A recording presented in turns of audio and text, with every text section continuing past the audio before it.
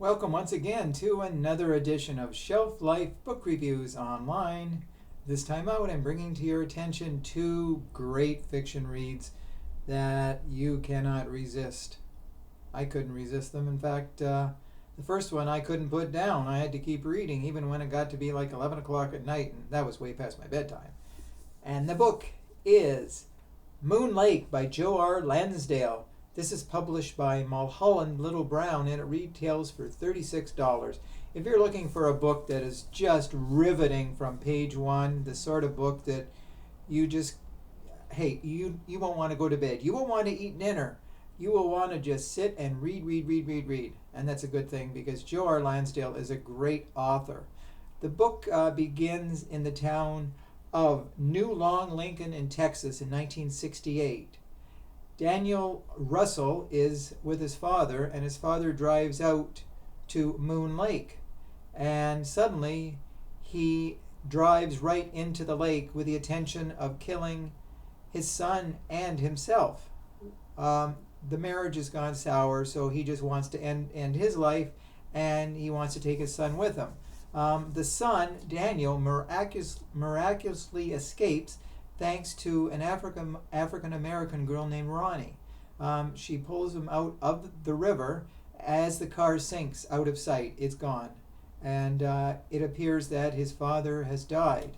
So Daniel he leaves the town, and never knowing what happened to the father. Then almost 20 years later, he receives word that the father's car has been found. And he goes right back to the town of New Long Lincoln. Ronnie is now on the police force. And he was smitten with her before because once he was an orphan, he went to live with Ronnie's family, the Candles. And he had a very close bond with them. Now, the trunk of the car, it's been found. There are bones inside, but in the trunk of the car, there are bones which appear to be a body, and right away it is believed that it is Daniel's mother that was in the trunk when the car drove off, and that she died, obviously. So the sheriff who's there, Sheriff James Dudley, he wants to find the truth, but there are some very mysterious things going on, and there are people who do not want Daniel to find the truth of what happened 20 years ago, but soon other cars are dug up with body parts inside. So the question is, was there a serial killer on the loose? Now, there are so many interesting characters, including Flashlight Boy, a boy who stands by the riverbanks. Actually, he was there the night that Daniel and his father's car went into Moon Lake. And so he's a mysterious figure. He doesn't talk. He shines his flashlight. People think he's slow, but later in the book, he befriends Daniel. And so Daniel goes to live with a lady in town while he's there. Her name is Mrs. Chandler. She's a landlady. And he finds out there are a lot of secrets in the town that people will kill to keep secret. So page by page, you cannot help but be engrossed with every single thing that goes on. In fact, there are two very strange characters who are constantly stalking Daniel, trying to kill him. And there are a couple of really odd characters. They obviously don't kill him because he's alive at the end of the book. That's no spoiler. But anyways, page by page, there's an interesting conclusion. But Moon Lake is definitely a book that you will go over the moon for. It is very highly recommended. It is definitely Joe R. Lansdale's best book. So when you're out looking for a great read, pick this book up immediately. And the second book of note is In My Dreams I Hold a Knife by Ashley Winstead. This is published by HarperCollins, and it retails for $24.99. This is another interesting book. There are a lot of books that have been written about reunions and people come back and there's been unresolved deaths. Well, this is another one. It's the 10th anniversary of the graduating class from Duquesne University in North Carolina.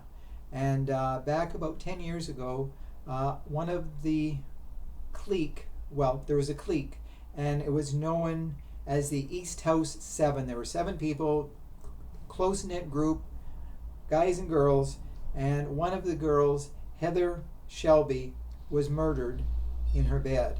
Now, although the title is In My Dreams I Hold a Knife, she was stabbed 17 times with scissors. So that's no spoilers, just the title, I Hold a Knife, but she was stabbed with scissors. But anyways, so it's the 10th year anniversary. And one of the girls, Jessica Miller, is going to return because this is still a cold case.